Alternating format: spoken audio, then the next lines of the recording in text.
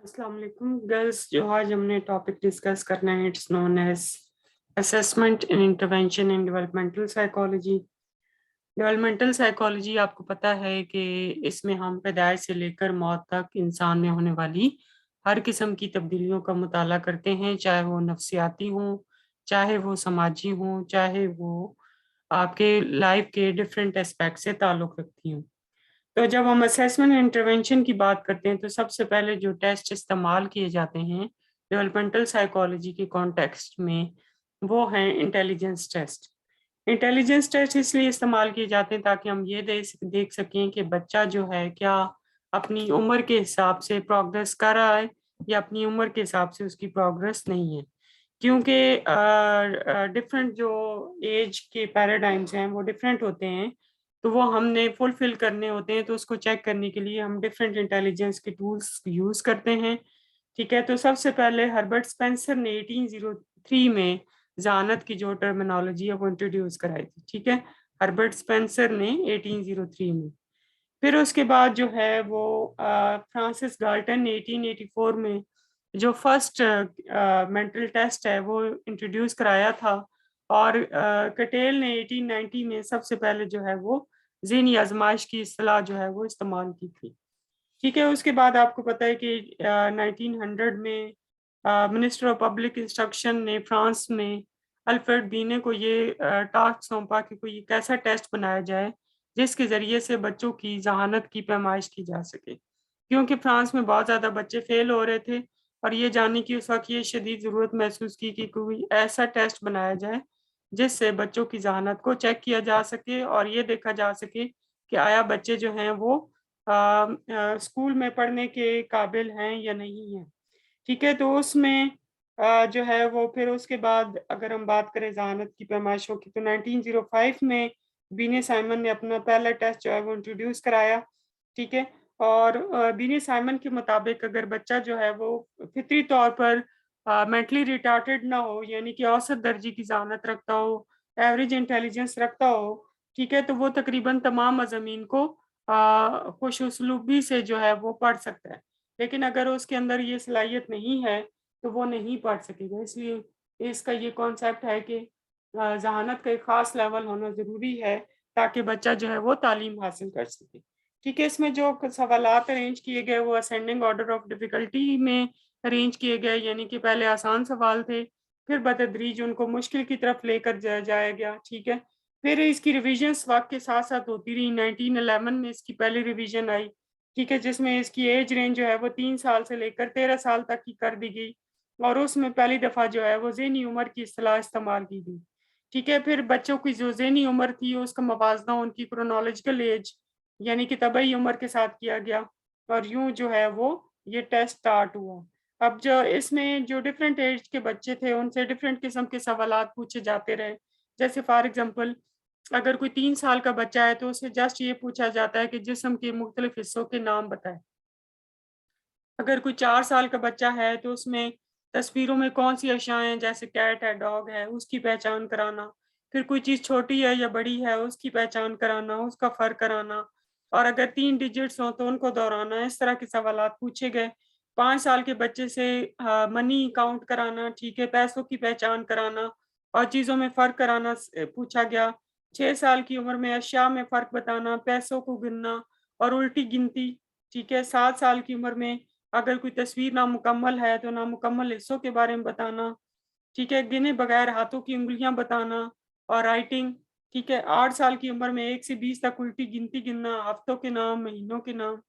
ठीक है, 9 साल की उम्र में दिन, महीने, साल के नाम तरतीब से लिखना। 10 साल की उम्र में 3 लफ्जों का जुमला बनाना, सवालों के जवाब लिखना। ठीक है, स्कूल के नाम लिखना। 11 साल की उम्र में जुमले में गलत अल्फाज की निशानदेही करना, जुमले बनाना, 3 मिनट में 60 अल्फाज का इस्तेमाल करना। ठीक है, फिर 12 साल की उम्र में सदर और बादशाह में फ़र्क करना। ठीक है, तस्वीरों के मानी बताना, अल्फाज को फ़िक्रों में इस्तेमाल करना।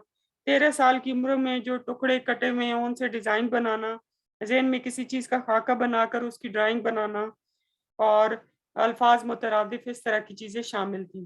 फिर 1912 में विलियम स्टन ने सबसे पहले आईक्यू की टर्मिनोलॉजी इंट्रोड्यूस कराई, IQ کیا ہے, انٹیلیجنس کوشنٹ کیا ہے, mental age divided by chronological age multiplied by 100.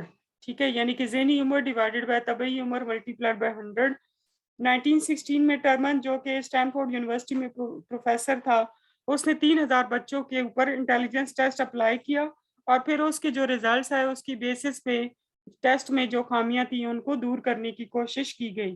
ٹھیک ہے, اس لیے جو 1916 کا ٹیسٹ تھا اس میں ٹرمن نے امپورٹنٹ رول پلے کیا. پھر ٹرمن اور میرل نے 1937 میں اس میں ترمیم کی, پھر 1960 میں اس میں ریویژنس کی, پھر 1962 میں اس میں ریویژنس کی, اور اس کا اطلاق جو ہے وہ 2 سال سے لے کر 60 سال تک کی عمر کے تمام لوگوں کے اوپر کیا جانے لگا.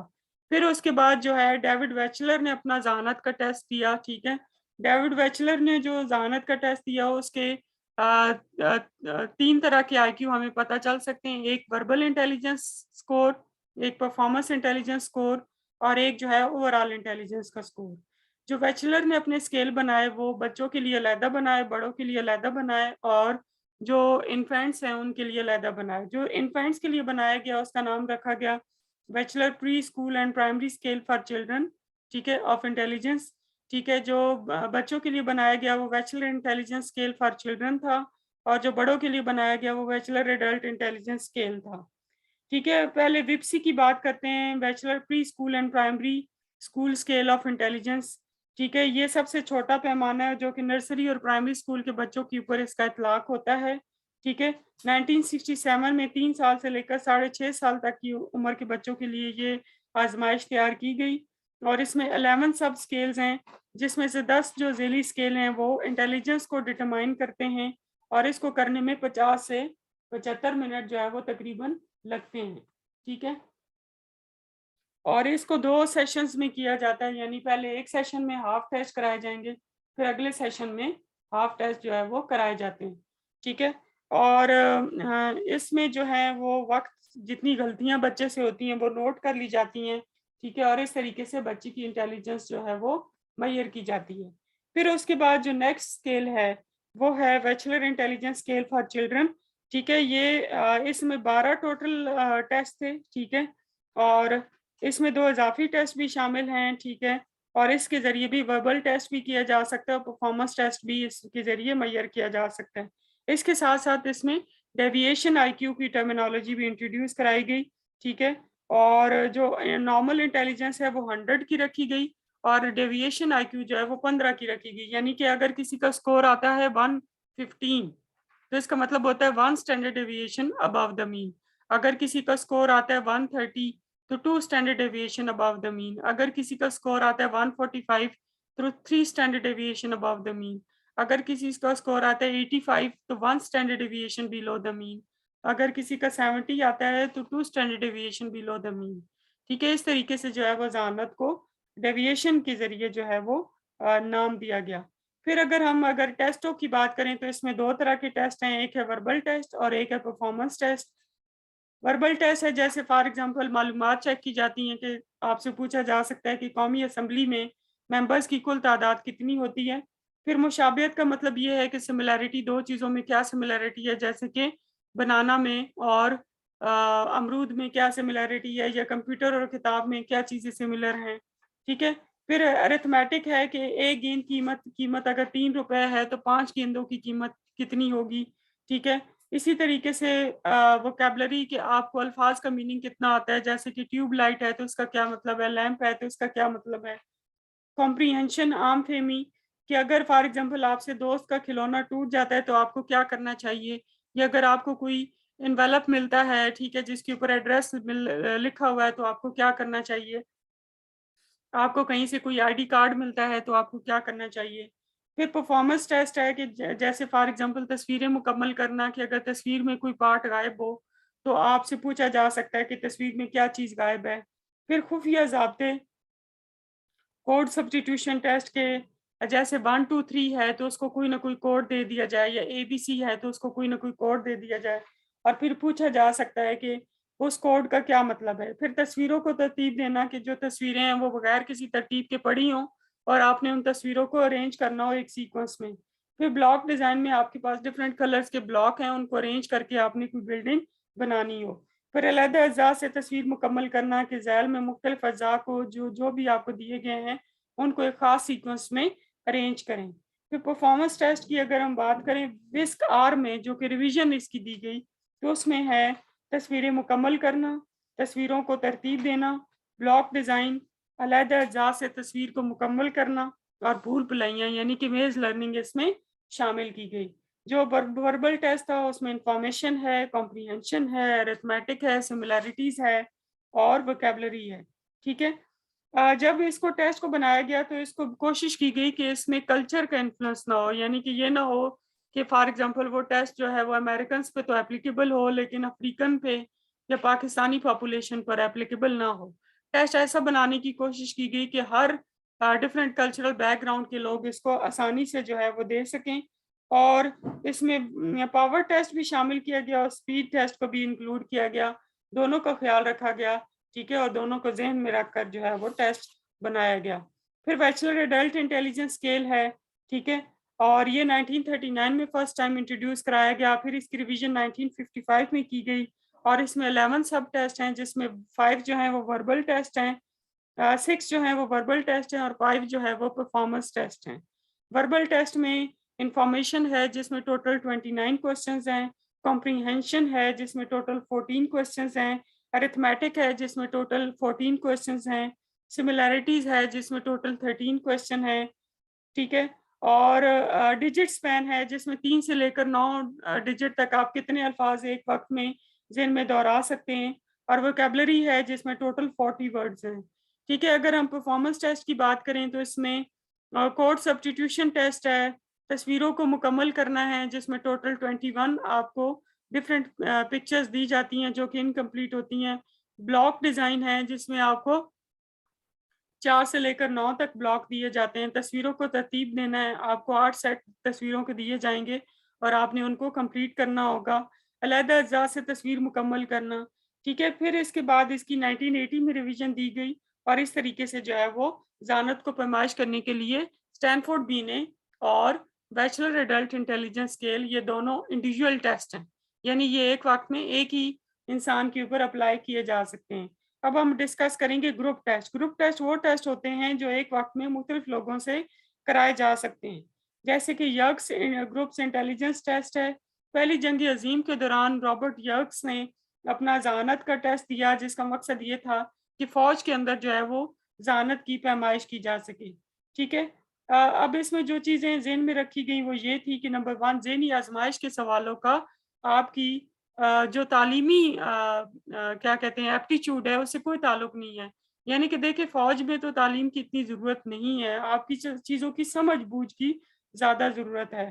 یعنی کہ اس میں علمی لیاقت کی پیمائش کرنا مقصود نہیں تھا بلکہ پیدائشی طور پر جبلی طور پر آپ کے اندر کون سی ایبلٹیز موجود ہیں ان کو چیک کرنا اس کا پرائمری موٹیو تھا, نہ کہ لرنڈ چیزوں کو چیک کرنا کہ آپ کے اندر اقتصابی لحاظ سے کیا قابلیت موجود ہے وہ چیک کرنا ضروری نہیں تھا اس میں, بلکہ پیدائشی طور پر آپ کے اندر کیا ایبلٹی موجود ہے اس کو چیک کرنا اس کا پرپس تھا. دوسرے اس میں سوالات جو ہے وہ ایزی سے ڈیفیکلٹ کی طرف لے کر گئے.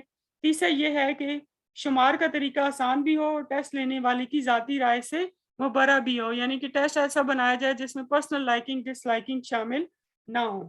پھر اس کے بعد جو ہے وہ سوالات کے جوابات لکھنے کی ضرورت بہت کم پڑے.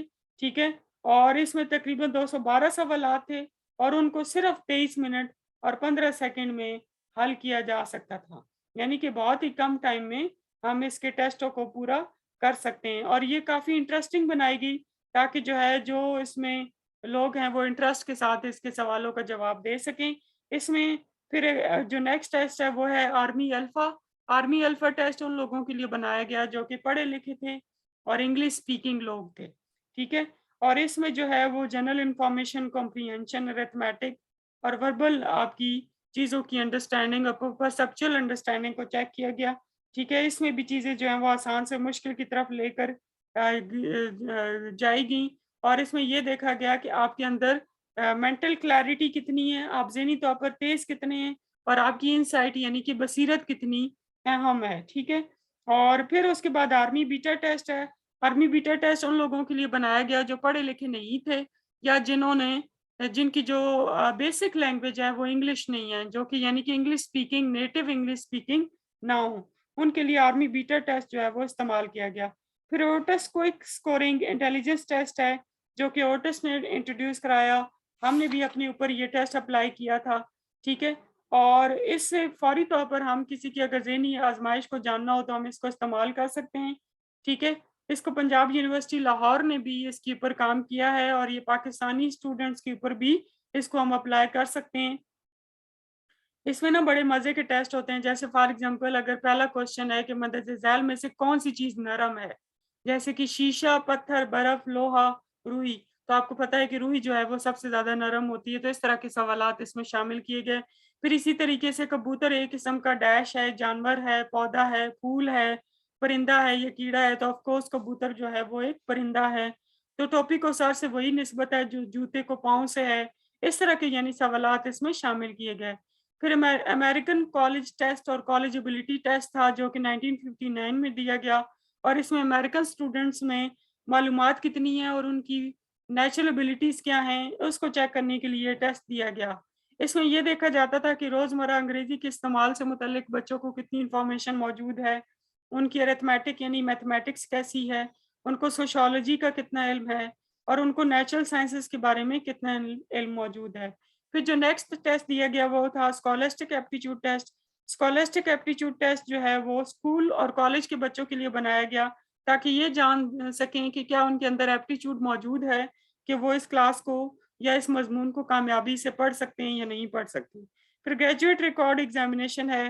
ग्रेजुएट रिकॉर्ड एग्जामिनेशन की बात करें तो इसमें पीएचडी लेवल तक एडमिशन के लिए इसको इस्तेमाल किया जाता है, और किसी इंसान की जो वोकेशनल और एजुकेशनल एप्टीट्यूड है उसको चेक किया जाता है, ठीक है। तो ये सारे जो है ये इंटेलिजेंस मेजर करने के डिफरेंट टूल्स थे, जिसमें हमने सबसे पहले इंडिविजुअल टेस्ट डिस्कस किए जिसमें स्टैनफोर्ड, बीने और वेस्ट थे, और फिर हमने ग्रुप टेस्ट डिस्कस किए जिसमें हमने बात की ओटिस की, ठीक है। इसके अलावा आर्मी अल्फा और आर्मी बीटा की, और उसके बाद साथ साथ हमने अमेरिकन कॉलेज टेस्ट और स्कॉलस्टिक एप्टीट्यूड टेस्ट और ग्रेजुएट रिकॉर्ड एग्जामिनेशन की बात की। अब हम आ जाते हैं शख्सियत की पैमाइश की तरफ। शख्सियत की पैमाइश करें तो हम उसमें मुख्तलिफ टूल्स इस्तेमाल कर सकते हैं, जिसमें सबसे पहले मुशाहिदा है। अगर आप किसी का इन डेप्थ मुशाहिदा करें तो आपको उसके बारे में बहुत ज़्यादा इंफॉर्मेशन मिल सकती है। इसके अलावा इंट्रोस्पेक्शन यानी कि मुशाहिदा बातिन के ज़रिए भी किसी भी इंसान की इंफॉर्मेशन ली जा सकती है, जिसमें उसके अमाल और फ़ाल का मुसलसल तौर पर मुआयना किया जाता है ताकि हम उसके बारे में जान सकें। फिर इंटरव्यू के ज़रिए भी हम लोगों के बारे में इंफॉर्मेशन ले सकते हैं। इंटरव्यू क्या होता है कि face to face conversation between the two persons in which one elicits the information and the other obtains it, कि दो लोगों के दरमियान बाहम गुफ्तगू, ठीक है, जो एक बाज़ाब्ता मुलाकात होती है जिसमें हम लोगों के बारे में इंफॉर्मेशन लेने की कोशिश करते हैं, ठीक है। फिर मुताला अहवाल का तरीका है जिसमें हम केस स्टडी मेथड है जिसमें हम उससे और उसके जो सिग्निफिकेंट अदर्स यानी कि फैमिली के लोग हैं उससे इंफॉर्मेशन लेते हैं। फिर क्यूमुलेटिव रिकॉर्ड है जिसमें शख्सियत के तमाम पहलुओं का जायजा लिया जाता है, उसकी करिकुलर और नॉन करिकुलर एक्टिविटीज में परफॉर्मेंस कैसी है वो देखा जाता है, ठीक है। और उसकी डेली की एक्टिविटीज को जज किया जाता है, ठीक है। और उसकी जो है वो तमाम तदरीसी अमल में उसकी परफॉर्मेंस कैसी है उसको चेक किया जाता है। फिर दर्जाबंदी या शरई पैमाने हैं, ठीक है। डिफरेंट किस्म के हमारे पास शरई पैमाने मौजूद होते हैं, क्वेश्चनर्स मौजूद होते हैं, जिससे हमें उसकी पर्सनालिटी का पता चलता है कि जैसे फॉर एग्जांपल आपको किस किस्म के दोस्त पसंद हैं।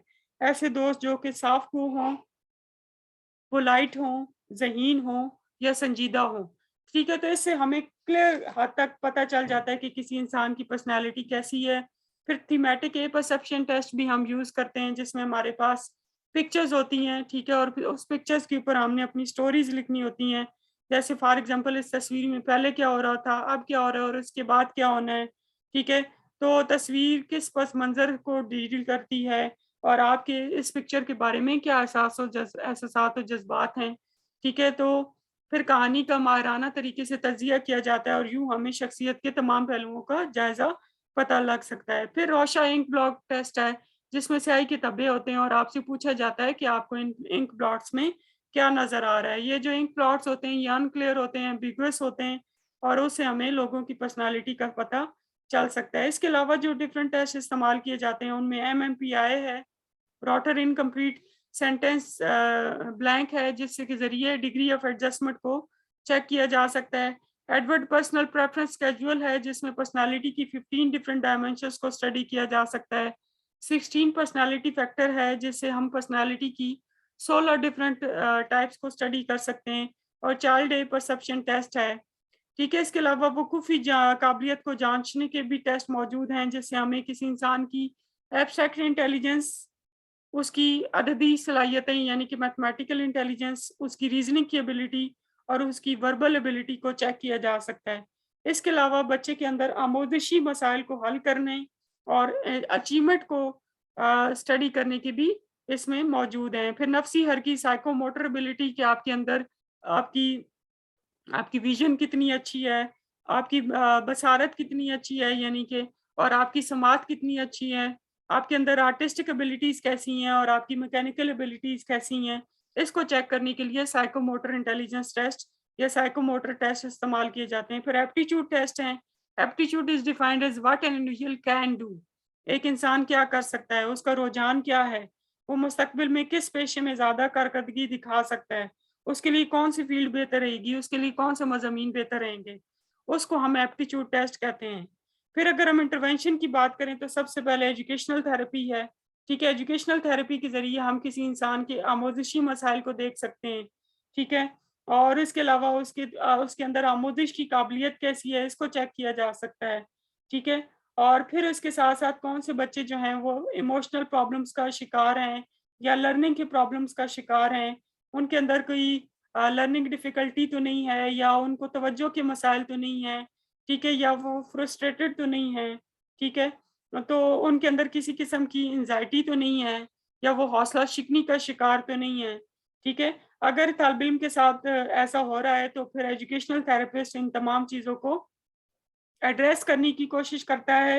वो उन तमाम किरदारी मसाइल की शिनाख्त करता है जिनकी वजह से बच्चे के अंदर लर्निंग और तवज्जो के मसाइल जो हैं वो जन्म ले रहे हैं। वो पढ़ाने के वो तरीके बताता है जिससे बच्चे के अंदर तवज्जो पैदा हो, ठीक है, चीज़ों का हाफ़ज़ा बेहतर हो और उसको चीज़ों को सीखना जो है वो उसके लिए आसान हो जाए। फिर बच्चों के लिए महफूज़ माहौल का एहतमाम करना, जिनमें वो अपने एहसासात, ख़यालात और मसाइल को बगैर किसी तरद्दुद के बयान कर सकें, ठीक है। तो ये सारा जो है इसका थेरेप्यूटिक प्रोसेस का हिस्सा है, ठीक है। इसको हम क्या कहते हैं, एजुकेशनल थेरेपीज़, जो कि उन तमाम बच्चों को दी जाती हैं जो डिफरेंट किस्म के एजुकेशनल इश्यूज़ का शिकार हों।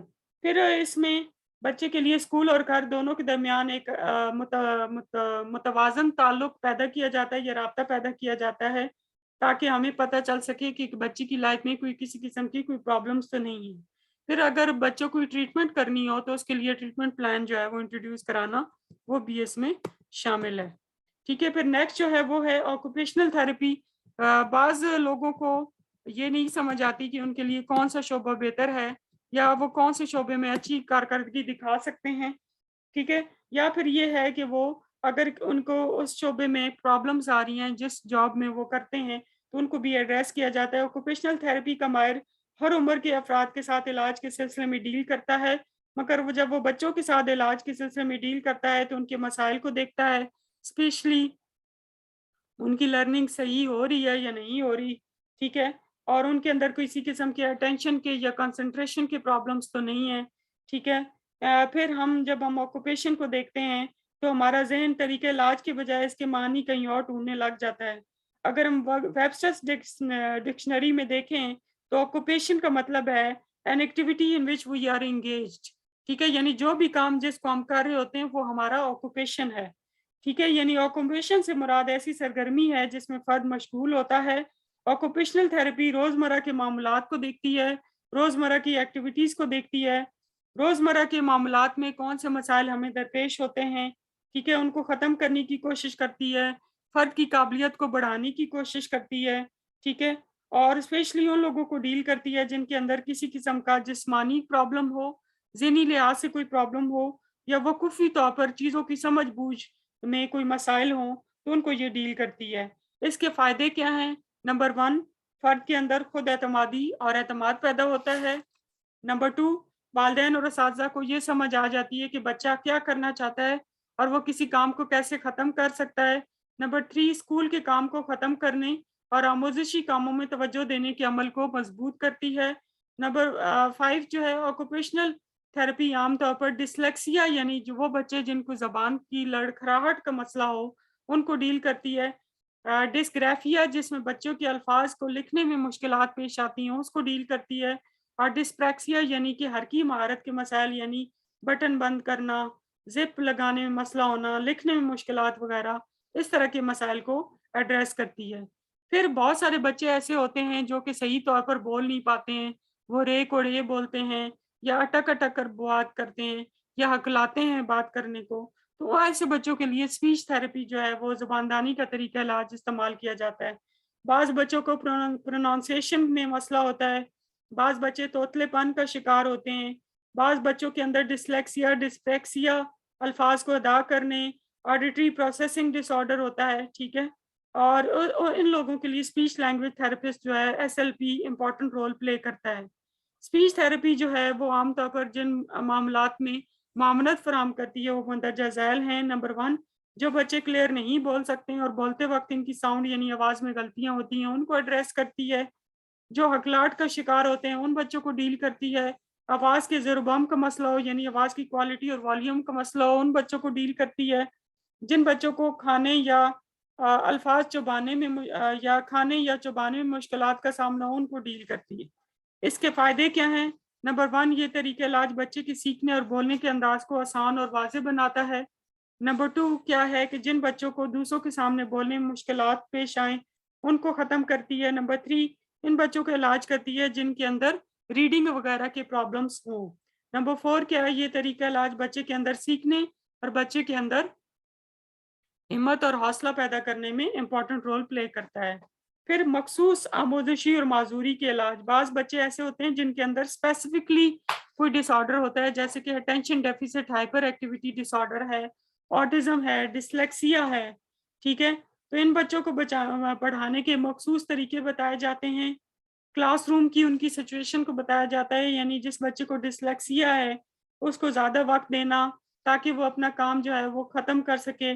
پھر ٹیکنالوجی کا استعمال کرانا جیسے کہ کتب کو جتنی بھی بکس ہیں ان کو ٹیپ ریکارڈر کی صورت میں بچے کے سامنے رکھنا، ٹھیک ہے، پھر الفاظ کو کیسے بولنا ہے وہ بھی ٹیپ ریکارڈر کو روک روک کر بچے کو سنانا، پھر اسپیلنگ چیک کرانا، پھر وہ بہت سارے ایسے ڈیوائسز کا استعمال کرنا جس سے بچے کی اسپیلنگ کی ایبلٹی بہتر ہو، ٹھیک ہے، پھر ڈسگرافیا جس میں لکھنے میں مشکلات یا نااہلی کو ڈیل کیا جاتا ہے، پھر اسپیچ ٹولز جس میں بچے کا امتحانی زبانی نوعیت کا ہوتا ہے، بچے کو اجازت ہو کہ وہ ویڈیو ٹیپ کے ذریعے سبق کو سیکھے سنائے، ٹھیک ہے، اور بجائے اس کے کہ اس کو لکھنا پڑے، ٹھیک ہے، پھر استاد بچے کو نوٹس آؤٹ لائنز اور پرنٹ اسٹڈی شیٹ جو ہے وہ مہیا کرتا ہے جس سے بچے کو چیزوں کو سمجھنے میں آسانی ہوتی ہے۔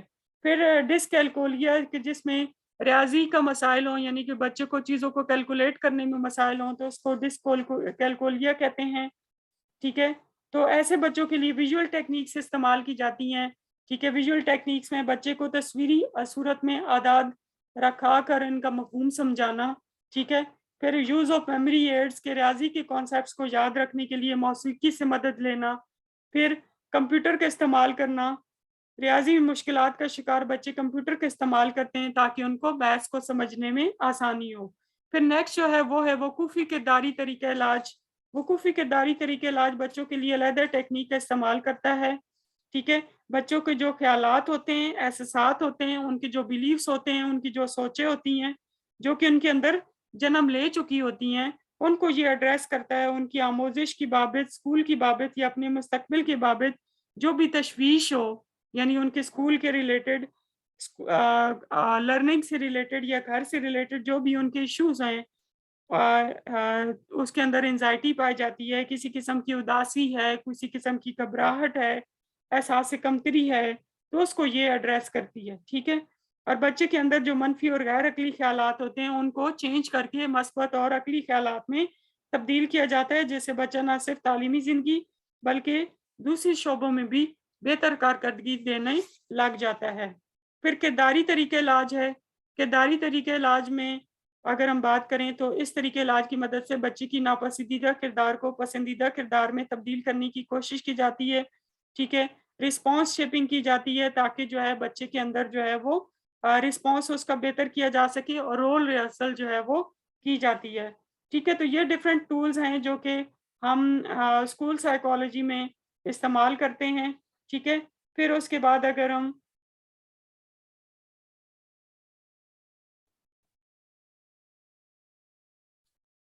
ڈیولپمنٹل سائیکالوجی میں یہ ڈفرینٹ جو اسیسمنٹ اور انٹرونشن کے میتھڈز ہیں وہ ہم استعمال کرتے ہیں، جس کی بہت زیادہ جو ہے وہ افادیت ہے اور جس کو پراپرلی ایڈریس کرنا بہت زیادہ ضروری ہے۔ تو سب سے پہلے ہم نے بات کی تھی کہ اسیسمنٹ میں کیا کیا ہوتا ہے، انٹیلیجنس ٹیسٹ ہیں، ٹھیک ہے۔ انٹیلیجنس ٹیسٹ میں ہم نے اسٹینفورڈ بینی کی بات کی اور اس کے بعد جو ہے وہ ہم نے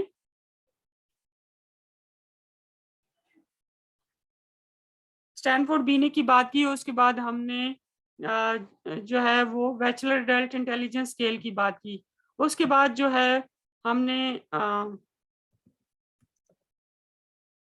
دیکھا کہ ایجوکیشنل سائیکالوجی کی اگر ہم بات کریں تو اس میں صرف جو ہے انڈیویجول ٹیسٹ نہیں ہوتے بلکہ پرفارمنس ٹیسٹ بھی ہم یوز کرتے ہیں، پرفارمنس۔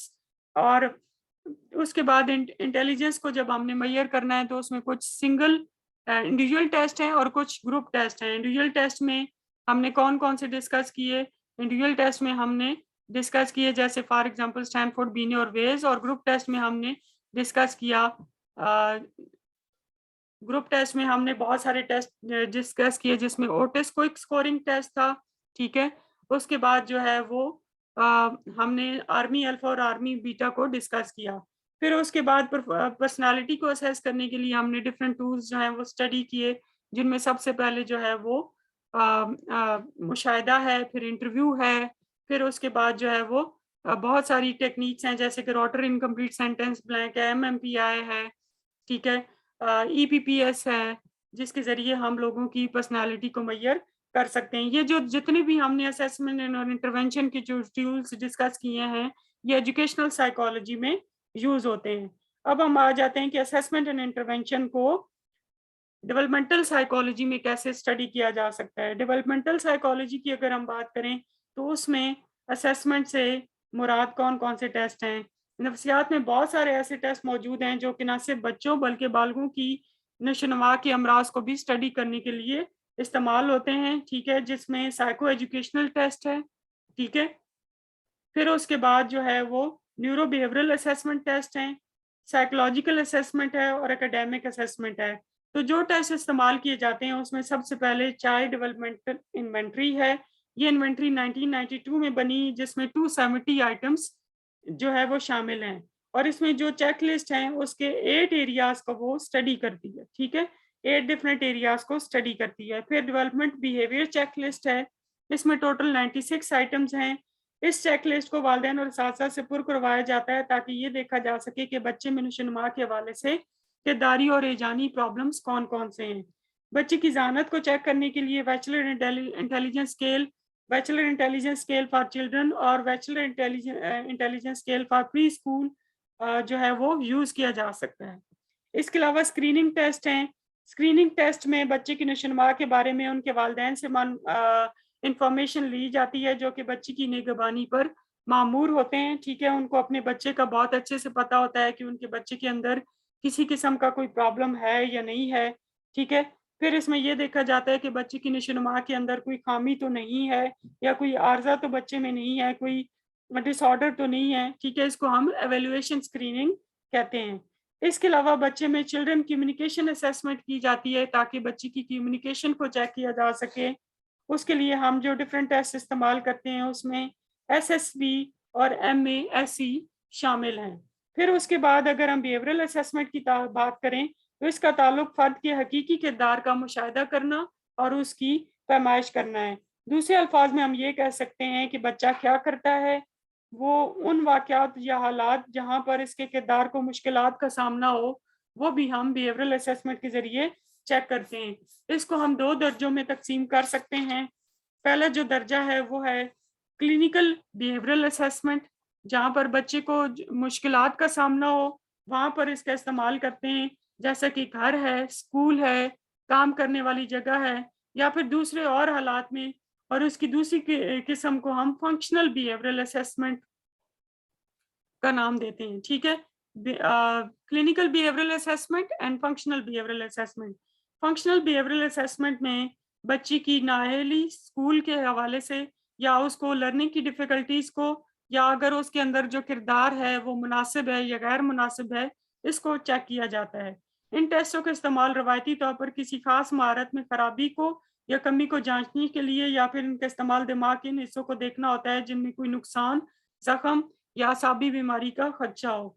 इन टेक्स्टों का एक मकसद बच्चे के अंदर वकूफी नशोनुमा को देखना भी होता है।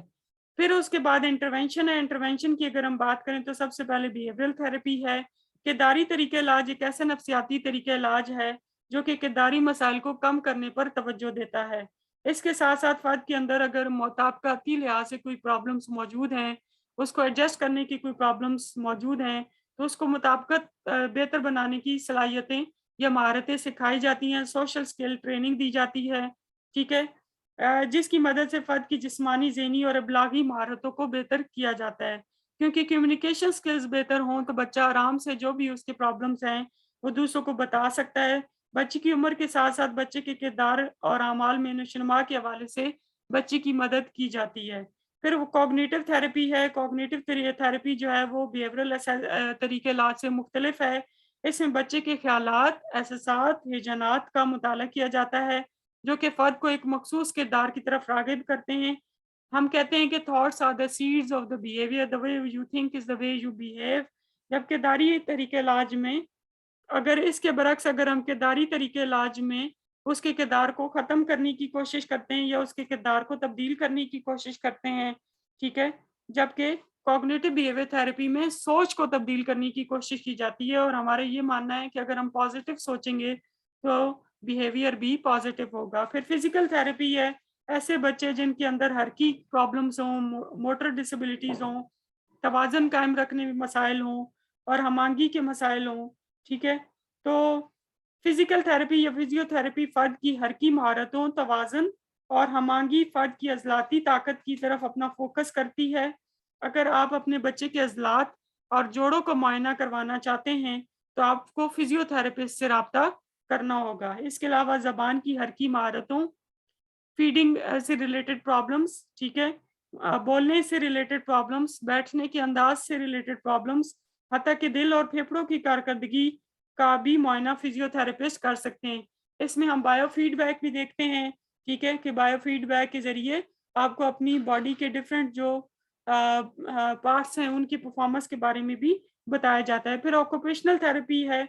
इस थेरेपी का मकसद ये है कि लोगों को उनकी ज़िंदगी आज़ादाना तरीके से गुजारने में उनकी मदद करना। अगर आपके बच्चे में किसी किस्म की कोई जिस्मानी माजूरी या नशोनुमा में कोई ताख़ीर है तो उसको इस थेरेपी के ज़रिए जो है वो इलाज किया जा सकता है।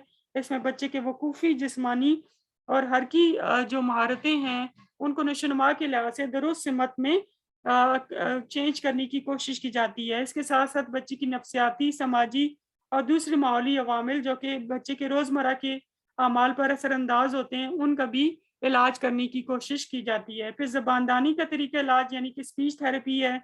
अगर बच्चे के अंदर किसी किस्म की लैंग्वेज के लिहाज से, बोलने के लिहाज से या ज़बानी हरकी महारतों के लिहाज से कोई प्रॉब्लम्स हैं तो उनको बेहतर बनाने की कोशिश की जाती है। इससे मुराद बच्चे के बोलने के अंदाज या बच्चे को अल्फाज बोलने में किसी किस्म की मदद की दरकार हो तो उसको किया जाता है। इस तरीके इलाज में बच्चे जुमलों का इस्तेमाल करने, अल्फाज को इस्तेमाल करने, जुमलों को सुनने में महारत, नए अल्फाज को सीखने, ये सब जिनका ताल्लुक नशोनुमा से है उनको एड्रेस किया जाता है, ठीक है। तो ये जो डिफरेंट है, ये असेसमेंट इंटरवेंशन टूल्स जो हैं वो हम डेवलपमेंटल साइकोलॉजी में यूज़ करते हैं, ठीक है। बुक से इसको, लेक्चर को अच्छे से पढ़ लें, ठीक है, और कोई प्रॉब्लम हो तो आप जो है वो बता सकते हैं। थैंक यू, अल्लाह हाफिज़।